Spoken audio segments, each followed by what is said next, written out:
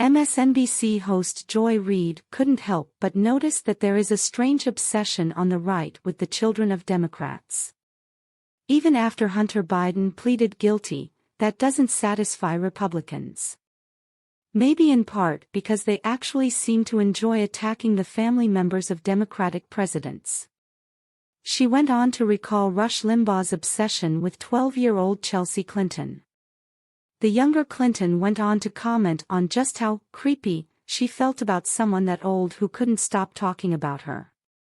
Rush Limbaugh and others, but notably Rush Limbaugh, and I think this is now somewhat well-known, was quite vicious to me, she recalled recently. Said terrible things about my appearance and called me the White House dog repeatedly. I was 12, 13. And I remember thinking, this is just so, at best odd, and at worst just wrong. Why is this old man obsessed with me?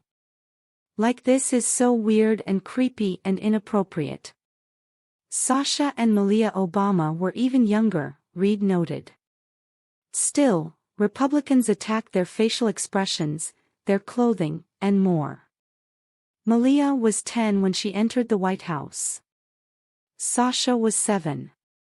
But their young age didn't spare them from GOP criticism. By contrast, Donald Trump's youngest child Barron was hardly even mentioned. When his name was brought up, the First Lady went to the mattresses.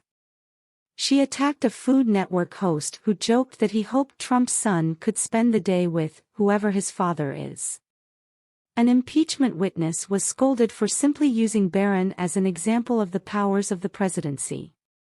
Donald Trump can name his son Barron, he can't make him a baron, was the comment at the time. Ironically, the First Lady's office released a statement claiming that in every other administration, the children have been off-limits from politics and media. They appeared to miss how children in previous administrations were treated. At the same time, Trump's daughter Ivanka and her husband, Jared Kushner, were appointed to top jobs in the White House, despite anti-nepotism laws that were put in place after John F. Kennedy appointed his brother to be the Attorney General. The Trumps got around the law by saying they weren't accepting any federal funds for their positions. They were handed powerful positions in the Trump White House with broad portfolios with not a peep from the Republicans and their friends in right-wing media, said Reid. During the White House years, they reported between $172 million and $640 million in outside income. They should have never been allowed to work at the White House. Frankly, Jared couldn't even get a security clearance until Trump intervened. The Department of Justice reversed decades of precedent to grant Trump's wish that his children be allowed to work in the White House and profit from it. If the Republicans are so outraged about financial wrongdoing, you'd think they might want to investigate how Jared skated out of the White House to a $2 billion investment from the Saudi Public Investment Fund.